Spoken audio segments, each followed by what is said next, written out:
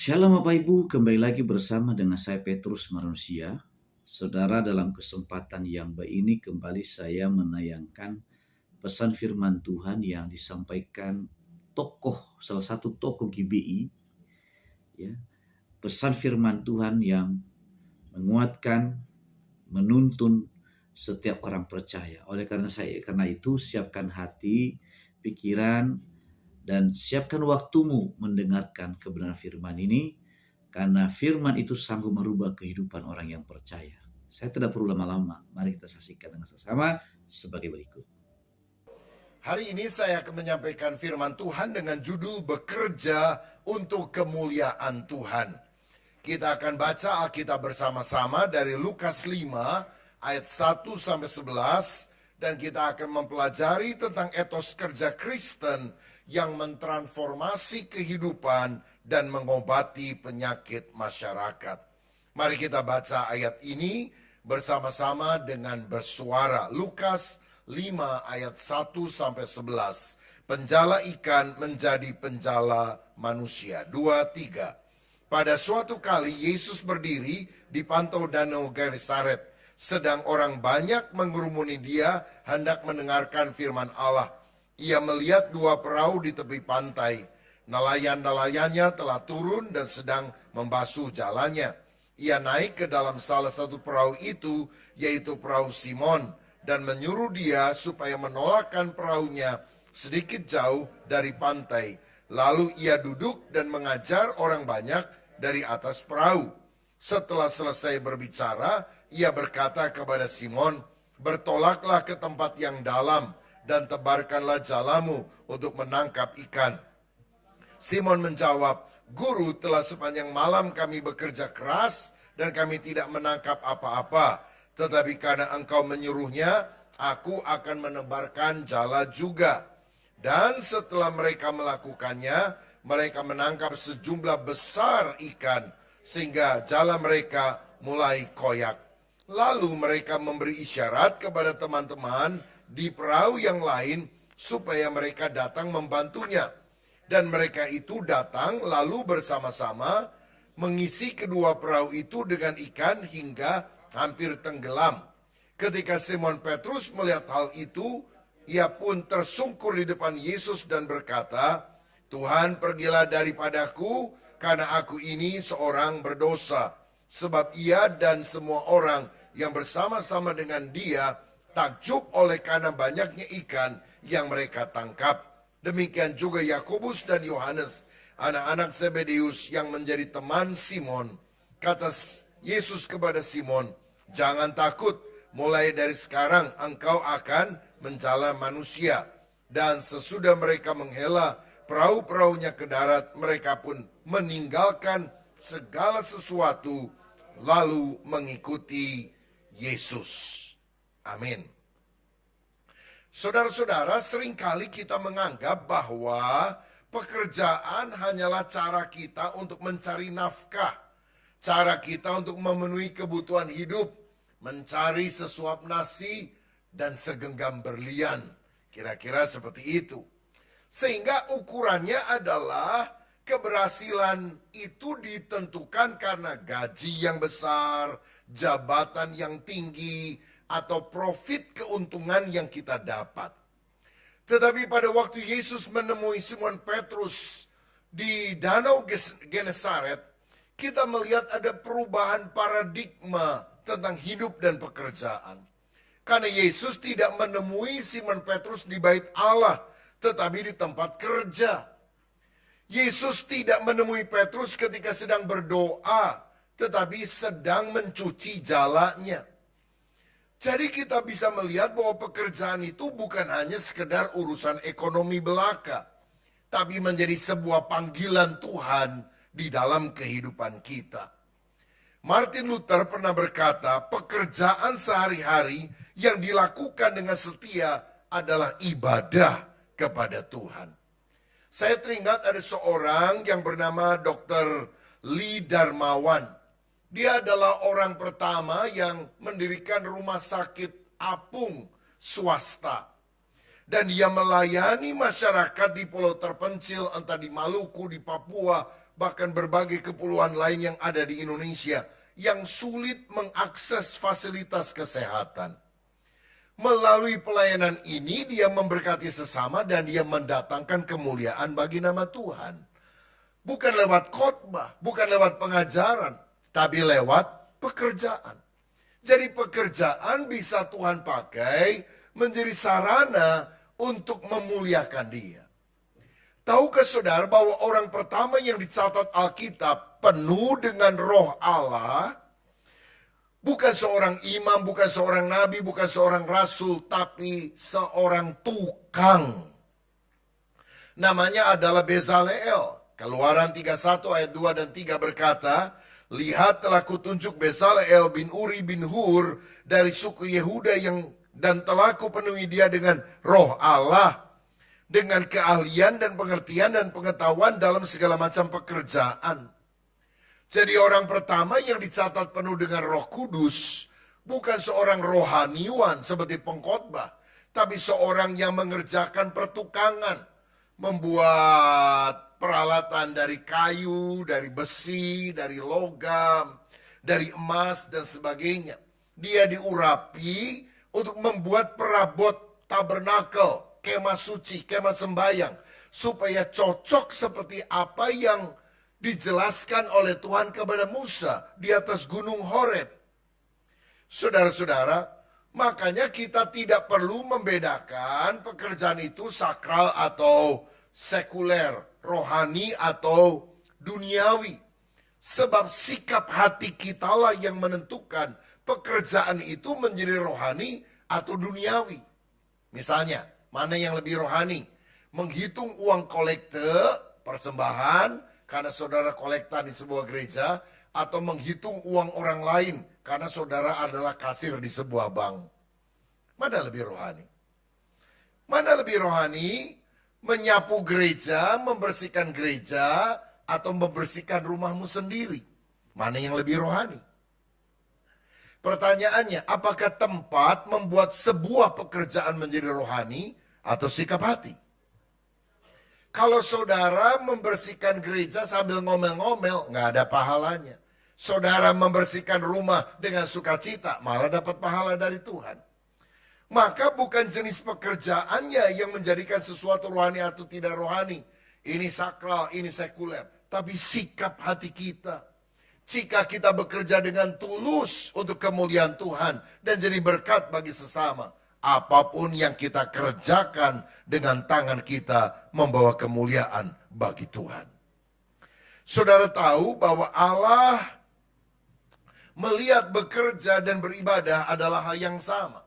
Sebab di dalam bahasa Ibrani, kata bekerja adalah avodah. Dan kata beribadah adalah avodah. Jadi pada waktu kita bekerja dengan segenap hati, itu adalah ibadah kita kepada Tuhan. Nah, jika demikian, bagaimana caranya supaya kita bisa bekerja untuk kemuliaan Tuhan? Ada 3 kebenaran dari perikop tadi yang saya mau bahas. Yang pertama, kita harus bertekun dalam pekerjaan. Dalam ayat 5a tadi dikatakan, guru telah sepanjang malam kami bekerja keras, namun kami tidak menangkap apa-apa. Saudara, Petrus itu nelayan profesional. Sudah pengalaman, udah biasa. Tapi hari itu nasibnya sial. Tidak ada ikan yang ditangkap. Kodok pun gak ada, mungkin sendal butut juga gak ada yang ketangkep. Gak dapat apa-apa, saudara-saudara. Tapi lihat, walaupun dia gak dapat apa-apa, pasti kecewa. Tetapi ketika dia sampai di darat, dia membersihkan jalanya dari sampah-sampah yang ada di laut tersebut, supaya dia bisa menggunakan jala itu untuk menangkap ikan kembali. Mungkin besok malamnya. Petrus gagal menangkap ikan, tetapi dia tetap tekun di dalam prosesnya. Hidup itu nggak selalu mulus dan lancar. Hidup itu nggak selalu sukses. Kadang ada jatuh bangunnya, ada naik turunnya. Itulah irama kehidupan. Makanya kita harus tekun, setia melakukan bagian kita. Mungkin bulan ini saudara untungnya nggak banyak, ya, tetapi 3 bulan yang lalu saudara untung lebih besar dari biasanya. Ya, itu fluktuatif, sesuatu yang bisa saja terjadi. Tetapi kita harus tekun. Galatia 6 ayat 9, janganlah kita jemu-jemu berbuat baik, karena apabila sudah datang waktunya kita akan menuai jika kita tidak menjadi lemah. Tuhan mau memberkati kita, tapi Tuhan mau kita jadi orang yang tekun bekerja. Saudara-saudara, Tuhan memberikan burung makanan, tapi dia tidak melemparkan makanan itu ke dalam sarangnya. Tetap burung itu harus terbang mencari di mana makanan itu ada.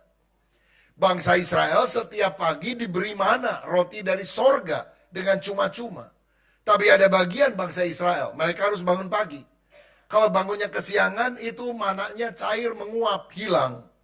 Dan kalau mereka sudah bangun pagi, mereka harus memungut dan mengolah mana itu menjadi makanan untuk mereka bisa nikmati. Artinya ada bagian Tuhan, tetapi ada bagian yang kita harus lakukan. Dan Tuhan akan memberkati orang yang tekun dan ulet dalam prosesnya. Mungkin saudara pernah mendengar kisah seorang bernama Kolonel Harlan Sanders. Dia adalah pendiri dari restoran cepat saji Kentucky Fried Chicken.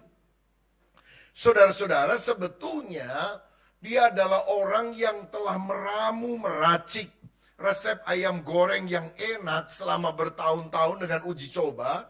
Dan kemudian dia mulai menawarkan ke berbagai orang, ke berbagai toko, ke berbagai restoran untuk menjual franchise atau waralabanya. Ya, dengan pertimbangan kalau kamu gunakan resep saya, kamu pasti lebih laris. Saya minta kira-kira 4% lah, 5% dari hasil yang ada. Saudara-saudara, tidak ada orang yang mau, karena waktu itu konsep franchise juga masih sangat jarang. Orang pertama yang menyambut gagasan itu adalah seseorang pengusaha pada waktu si Sanders ini sudah berusia 62 tahun. Jadi udah tua, saudara sekalian. Jadi bertahun-tahun nawarin, ditolak terus, nggak ada yang mau. Sampai akhirnya orang pertama bilang, oke, aku mau. Umurnya udah 62. Toko pertama yang menggunakan franchise daripada Kentucky Fried Chicken. Tapi 11 tahun kemudian, ketika Sanders berusia 73 tahun, sudah ada 600 toko franchise dengan nama Kentucky Fried Chicken. Di sini kita melihat bahwa awalnya ditolak berkali-kali. Tetapi waktu dia ulet tekun, berhasil. Kalau kita menanam pohon bambu, bertahun-tahun pohon bambu itu tampaknya nggak pernah tumbuh.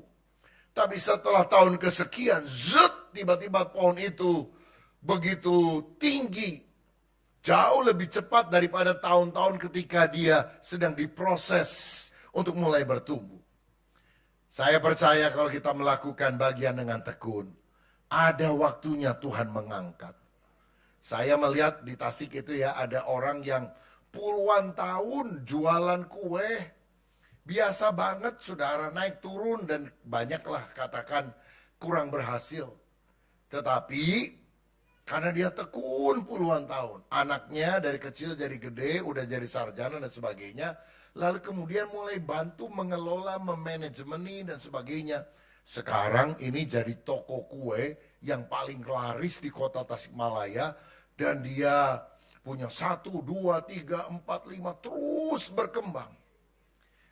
Orang pikir hebat ya sekarang sukses. Orang gak lihat puluhan tahun. Dia itu banting tulang, peras keringat. Rasanya gagal terus dalam kehidupan. Gak pernah berhasil. Tetapi ketekunan adalah kunci keberhasilan. Makanya di dalam usaha pekerjaan dari Bapak Ibu, tekun, setia dengan prosesnya. Thomas Edison pernah berkata, ada banyak orang gagal karena menyerah. Padahal sebetulnya mereka nyaris berhasil. Kalau mereka tekuni sedikit lagi aja udah sukses. Tapi seringkali kita menyerah dan akhirnya kita tidak mendapatkan apa-apa. Kerja keras tanpa doa adalah kesombongan. Tetapi doa tanpa kerja keras adalah kebohongan. Saya ulang sekali lagi. Kerja keras tanpa doa adalah kesombongan, mengandalkan diri. Tetapi doa tanpa kerja keras adalah kebohongan. Cuma doa melulu, tapi nggak melakukan pekerjaan apapun. Karena Tuhan memberkati kita lewat pekerjaan yang kita lakukan. Ada ungkapan bahasa Latin, ora et labora. Artinya berdoa dan bekerja. Kita harus berdoa seakan-akan segala-galanya bergantung kepada Allah. Tapi kita harus bekerja seakan-akan segala-galanya bergantung kepada kita. Saudara-saudara, Tuhan menghargai ketekunan dan kerja keras. Tetapi kita melihat pada masa kini ada banyak penyakit masyarakat, yaitu mentalitas instan. Mentalitas instan itu yang menyebabkan banyak orang ingin kaya tanpa bekerja, ingin berhasil tanpa belajar, ingin terkenal tanpa berkarya. Lalu mereka menghalalkan segala cara untuk mencapai tujuan. Korupsi, nipu orang, memanipulasi, lalu terjerat pinjol, pinjaman online, terikat oleh judi online. Dan ini adalah hal yang sangat merusak bangsa kita. Karena orang yang terikat pinjol, judol, jumlahnya sudah sangat banyak di Indonesia. Dan banyak generasi muda kena seperti ini, saudara-saudara. Karena dia pikir, daripada ke bank mesti ada jaminan. Udahlah pakai aplikasi pinjem aja.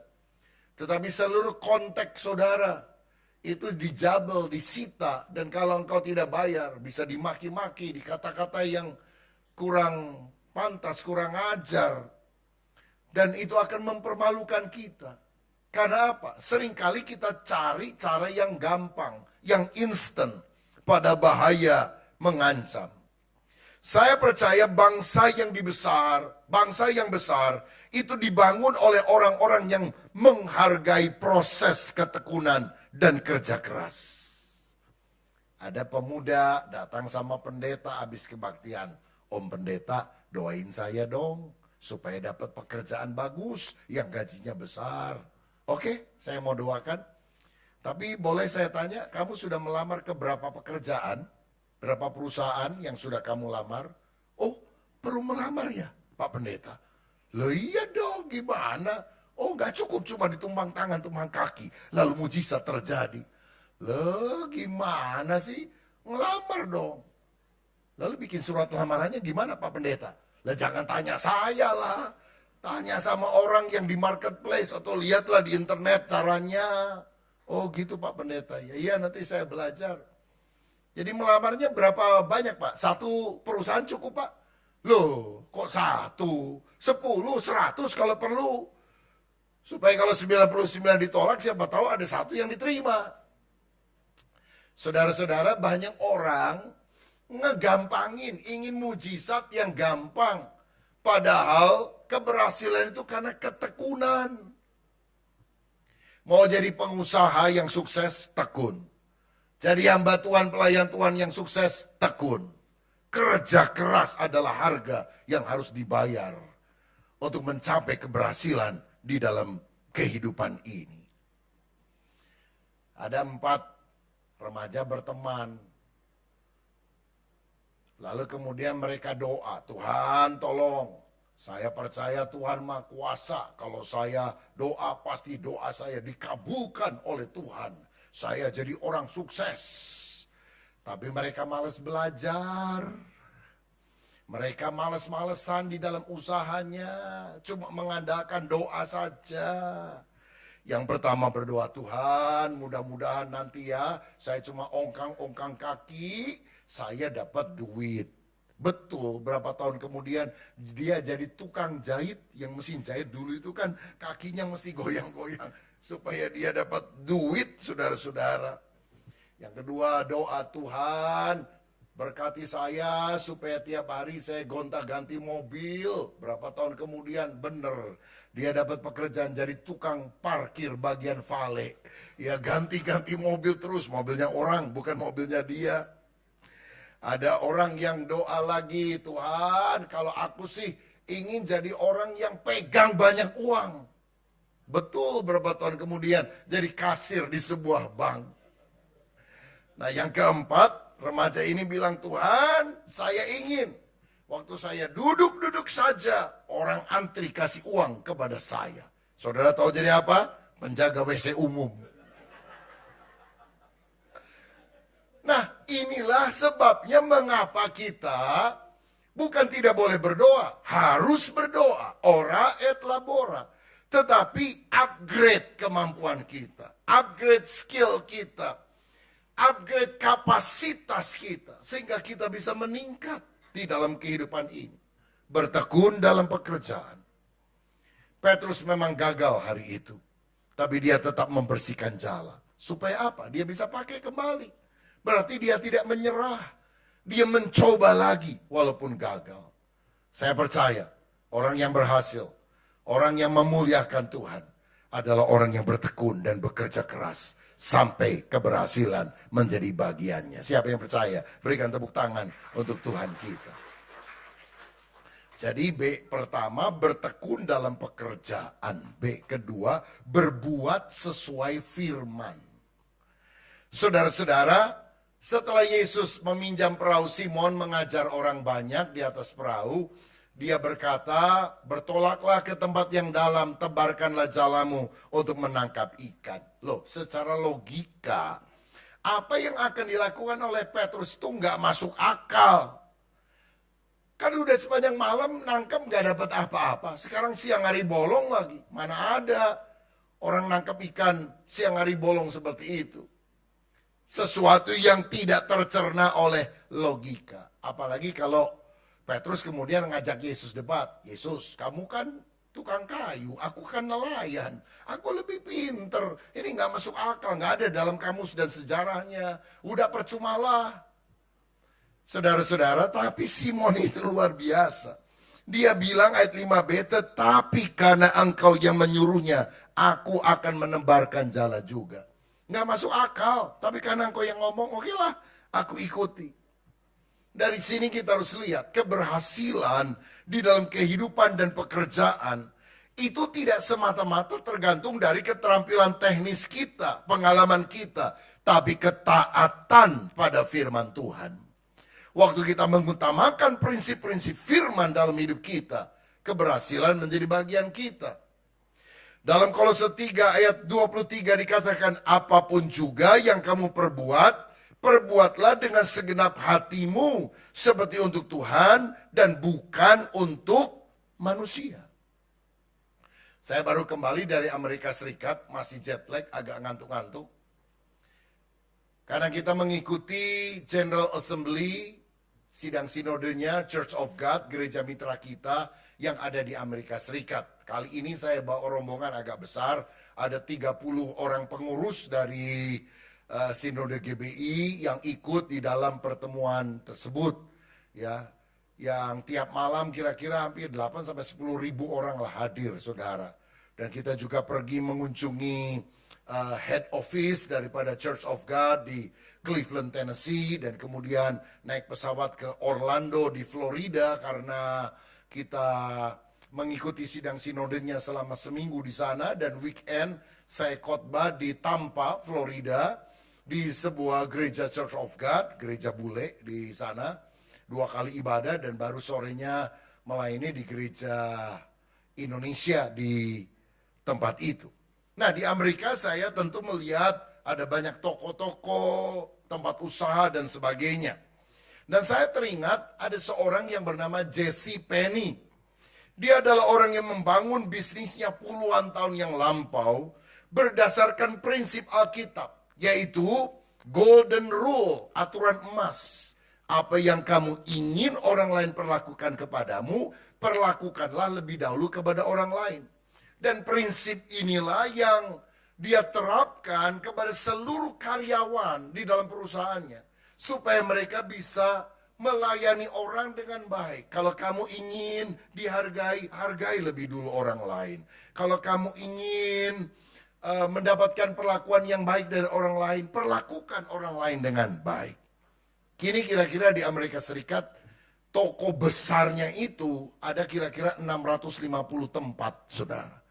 Dari satu tempat toko kelontong kecil, sekarang ini menjadi toko besar raksasa yang ada di ratusan tempat di Amerika Serikat. Nah, saya juga sempat makan ke beberapa restoran rumah makan di sana. Salah satunya adalah restoran fried chicken, ayam goreng, bukan KFC, McDonald, tetapi di sana terkenal sekali, namanya Chick-fil-A. Ya, karena ayamnya itu kualitasnya lebih baik, pengolahannya untuk bikin burgernya lebih healthy mestinya, walaupun harganya lebih tinggi daripada saingannya. Didirikan sekian puluh tahun yang lalu oleh seorang yang bernama Truett Cathy. Dan Truett Cathy ini adalah seorang Kristen yang menerapkan nilai Kristen. Apa uniknya? Hari Minggu tutup, saudara-saudara. Hari Minggu tutup, padahal jualan ayam goreng itu mirip Kentucky gitulah, McDonald. Ya banyak di mall atau tempat sendiri. Hari Minggu itu kan orang banyak makan, saudara. Dan potensi keuntungannya sangat besar pada hari Minggu. Tapi dia bilang dari sejak awal sampai sekarang, dia udah mati, sekarang penerusnya anaknya. Tetap hari Minggu tutup. Karena apa?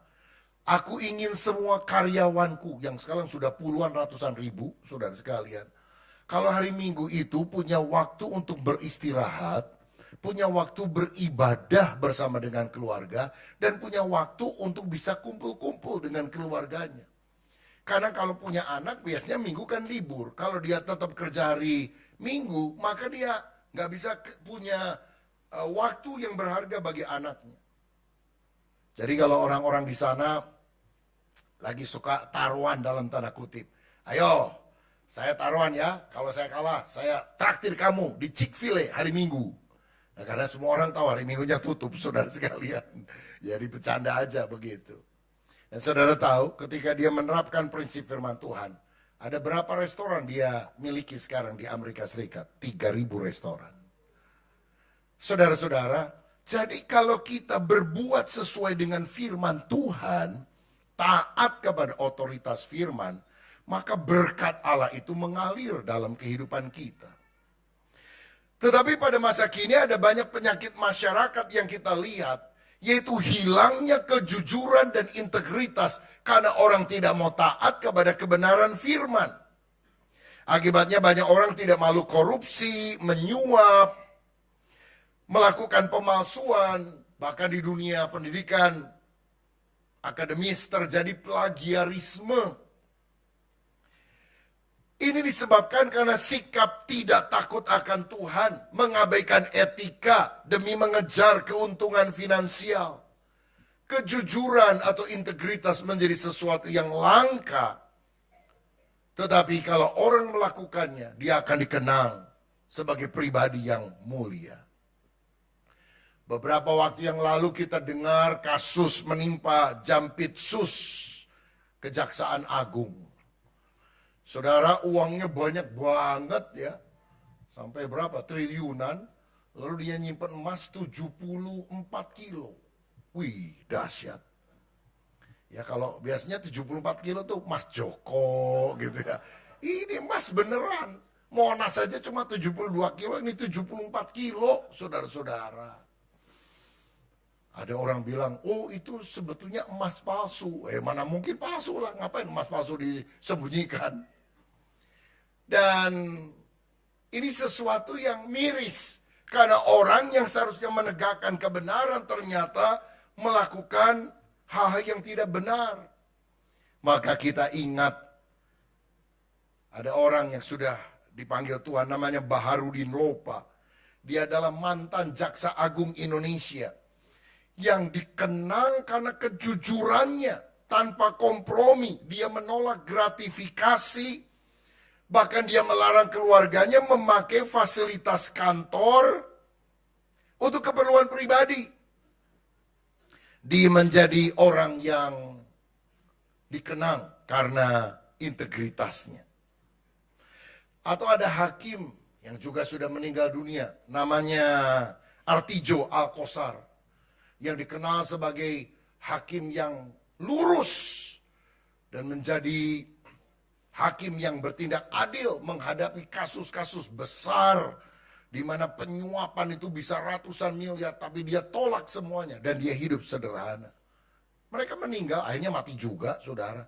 Orang nggak benar, orang benar mati juga. Tetapi kenangan terhadap dia itu menjadi sebuah hal yang menggembirakan. Ada Kapolri kelima di Indonesia, namanya Jenderal Hugeng Iman Santoso. Jujur, hidup sederhana. Sampai Gus Dur, Abdurrahman Wahid pernah bilang, di Indonesia ini cuma hanya ada 3 polisi yang jujur. Pertama, patung polisi. Kedua, polisi tidur. Yang ketiga, polisi Hugeng katanya. Dan saudara tahu sekarang ini walaupun Pak Hugeng sudah meninggal dunia, tetapi tiap tahun ada penghargaan Hugeng Award. Diberikan kepada polisi yang jujur, hidup sederhana dan sebagainya. Kapolri sekarang memberikan hadiah itu. Dan dia ngomong, bukan saya ngomong. Waduh, saya aja nggak pantas menerima award ini katanya. Saya kalau ikut penyisian pasti kalah katanya. Saudara-saudara, akhirnya orang waktu mati tidak akan diingat, dikenang berapa banyak uang yang dia punya. Tapi soal akhlak, moralitas, karakter, integritas, kejujuran. Kejujuran menurut C.S. Lewis adalah, integritas atau kejujuran adalah melakukan hal yang benar bahkan ketika tidak ada seorang pun yang melihat. Bukan karena ada orang lihat, tetapi karena kita tahu ada Tuhan yang melihat setiap pekerjaan kita. Maka kita harus belajar memiliki kejujuran soal keuangan, soal laporan jam kerja kalau saudara bekerja di sebuah perusahaan misalnya. Dalam keluarga kita juga harus mengajar kejujuran kepada anak-anak dan lebih penting memberikan keteladanan kepada anak-anak. Pak, saya tadi di sekolah makan pisang goreng 5, tapi yang jual nggak tahu, saya ngaku 1, jadi lebih hemat. Aduh pinter ya, nanti jadi orang kaya. Lah rusak moralnya saudara kalau model seperti ini. Di dunia kerja kita juga harus menolak kompromi terhadap praktek kecurangan. Karena dengan demikian kita bisa memuliakan Allah. Jadi bagaimana dalam pekerjaan kita memuliakan Allah? Pertama, bertekun dalam pekerjaan. Kedua, berbuat sesuai firman, taat kepada kebenaran. Dan B yang ketiga, berdampak. Jadi saudara, kita harus bertekun, kita harus berbuat sesuai firman, taat. Yang ketiga, berdampak, hidupnya jadi berkat. Ayat 10, kata Yesus kepada Simon, jangan takut, mulai dari sekarang engkau akan menjala manusia. Saudara, ternyata mujizat tangkapan ikan yang melimpah, berkat yang besar, itu bukan tujuan akhir perjumpaan Yesus kepada Simon. Perjumpaan Yesus mentransformasikan arah hidup Simon Petrus. Dari sekedar mencari nafkah, menangkap ikan, menjadi menjalankan misi Allah melalui pekerjaannya, yaitu menjadi penjala manusia. Pekerjaan sekuler bisa menjadi alat pelayanan untuk menghadirkan kebaikan dan terang Kristus di tengah masyarakat. Guru misalnya bisa mentransfer pengetahuan dan membentuk karakter muridnya. Dokter bisa memberikan pengharapan akan kesembuhan kepada orang yang sakit. Petani bisa menyediakan hasil pangan bagi lingkungan sekitar. Hakim bisa menegakkan keadilan dan pebisnis bisa menciptakan lapangan kerja dan memberikan gaji yang layak dan manusiawi jika semua pekerjaan itu dilakukan dengan benar. Seorang hamba Tuhan bernama Tim Keller berkata, Allah memelihara dunia melalui pekerjaan manusia. Ketika kita bekerja dengan benar, kita ikut ambil bagian dalam karya pemeliharaan Allah. Allah memelihara secara langsung. Dengan firman-Nya, Dia membuat alam semesta ini tetap berputar sesuai dengan porosnya. Matahari berputar pada porosnya, bumi, planet berputar. Tetapi Allah juga memelihara alam semesta ini secara tidak langsung melalui beraneka ragam profesi pekerjaan yang dilakukan oleh manusia untuk memastikan kita bisa hidup. Ada orang yang menanam padi di sawah supaya akhirnya kita bisa makan beras.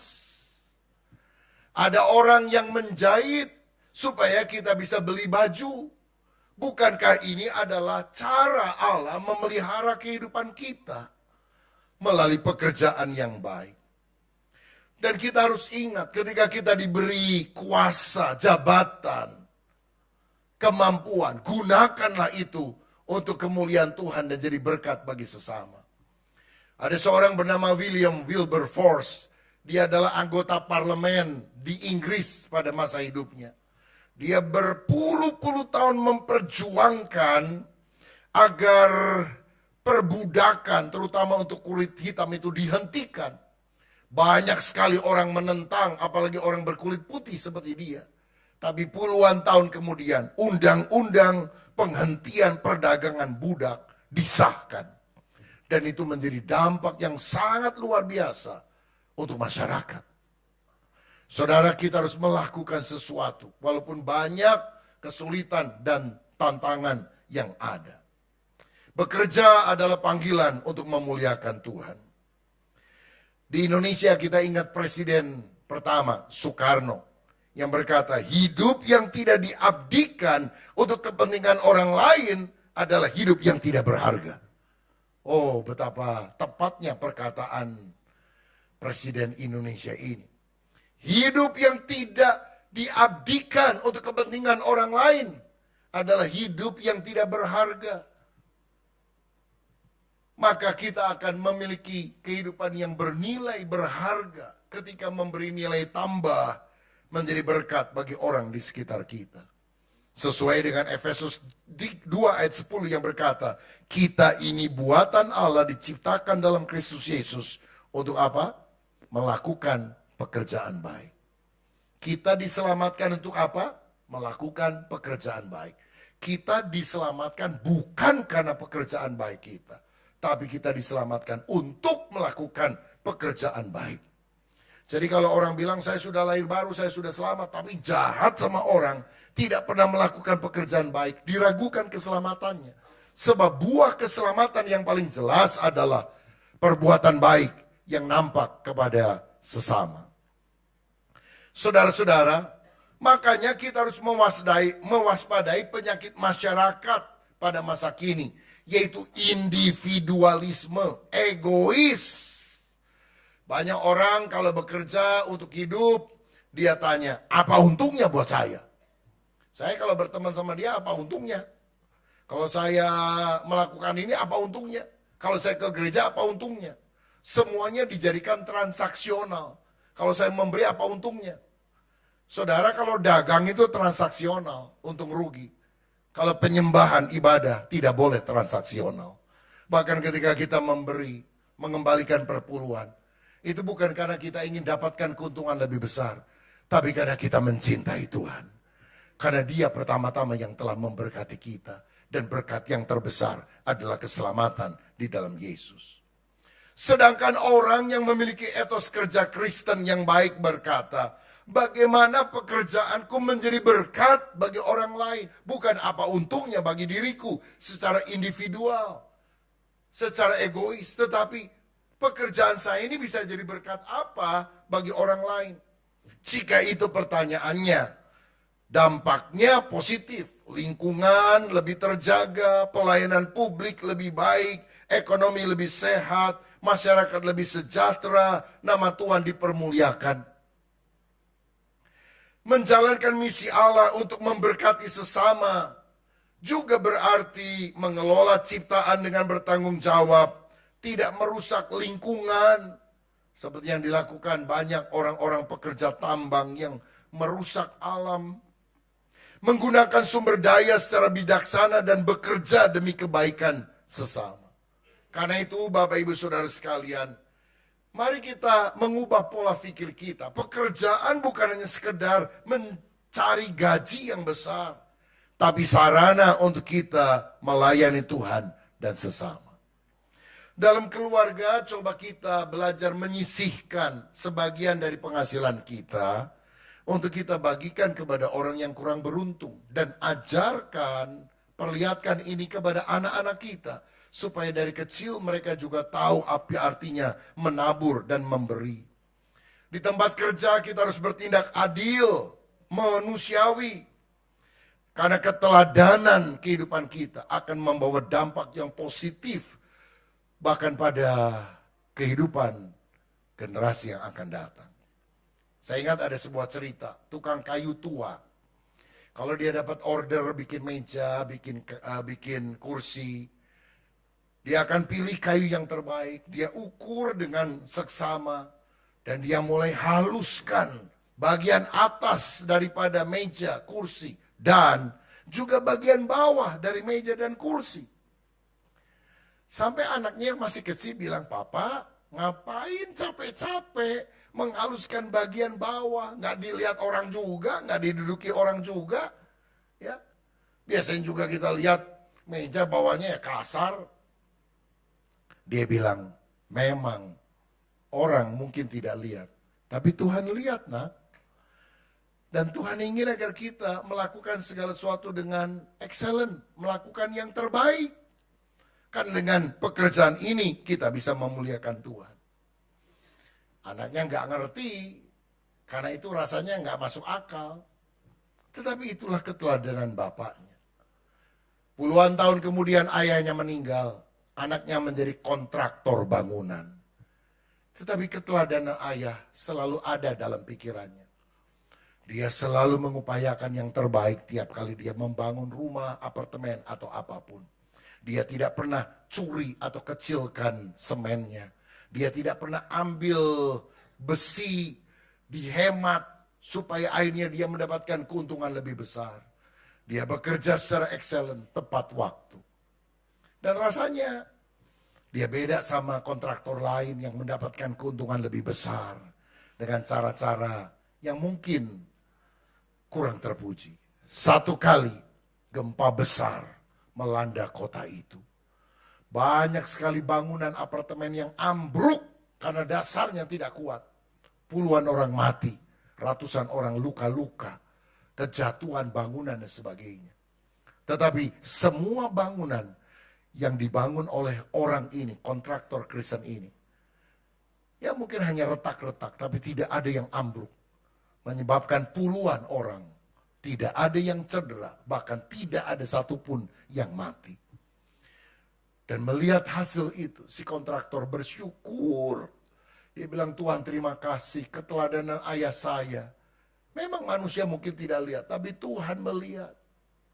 Itu ternyata mempengaruhi kehidupanku dan hidupku jadi berkat bagi banyak orang. Dan dia membawa kemuliaan bagi nama Tuhan." Itu sebabnya Bapak Ibu Saudara, bekerjalah dengan rajin, bekerjalah dengan keras. Tapi tujuannya bukan hanya supaya kita sukses, tapi kita mau jadi berkat bagi orang lain. Kita membawa kemuliaan bagi nama Tuhan. Bagaimana caranya? 3B tadi. Bertekun dalam pekerjaan, berbuat sesuai firman, taat. Dan yang ketiga, berdampak jadi berkat bagi sesama. Kiranya Tuhan menjadikan kita hamba-hambanya yang menyukakan Dia melalui pekerjaan kita. Selamat pagi, Tuhan Yesus memberkati kita semuanya. Amin. Saudara, apa yang disampaikan hamba Tuhan tadi itu benar adanya. Oleh karena itu, mari renungkan dengan segenap hati, dengan segenap jiwa, dan dengan segenap kekuatan. Firman Tuhan itu punya kuasa untuk menyelamatkan. Dalam Roma pasal 1 mengatakan bahwa firman itu, Injil itu adalah kekuatan Allah yang menyelamatkan. Itu yang pertama. Yang kedua, firman Tuhan ketika seseorang rindu dan mau mendengarkan secara berulang-ulang, maka imannya akan tumbuh. Karena iman timbul karena pendengaran akan firman Tuhan. Semakin kita mendengar, tekun mendengarkan firman Tuhan, maka iman kita pun bertumbuh. Ya, itu yang kedua. Yang ketiga, firman Tuhan sanggup merubah karakter manusia. Daud pernah berkata dalam Mazmur 19, dengan apakah seorang muda mempertahankan kelakuannya bersih? Tidak ada. Karena anak muda itu ada sifat labilnya, ada sifat ingin senang dalam hidup, menikmati masa mudanya, hura-hura dan sebagainya. Tapi Alkitab berkata, untuk Daud hidupnya itu berubah. Dia menyimpan firman Tuhan di dalam hatinya. Sehingga karakternya berubah. Dan yang ketiga, memberikan kecerdasan. Ya, yang kecerdasannya apa? Dia lebih mengerti, lebih memahami dari guru-guru pengajar. Walaupun ada seorang guru di sekolah, belum tentu Anda lebih pintar daripada murid Anda. Karena ini dasar firman Tuhannya ada. Bisa muridmu jauh lebih pintar dari dirimu. Dan selanjutnya yang keempat, firman itu memberikan hikmat dan kebijaksanaan. Saudara, hikmat dan kebijaksanaan kita nggak bisa ketemu di bangku sekolah. Tapi hikmat dan kebijaksanaan itu pada waktu kita punya keintiman dengan Tuhan. Dan itulah yang membuat Daud masyhur dan luar biasa di zamannya. Demikian tayangan sekali ini. Sampai ketemu di tayangan selanjutnya. Terima kasih dan Tuhan memberkati. Shalom.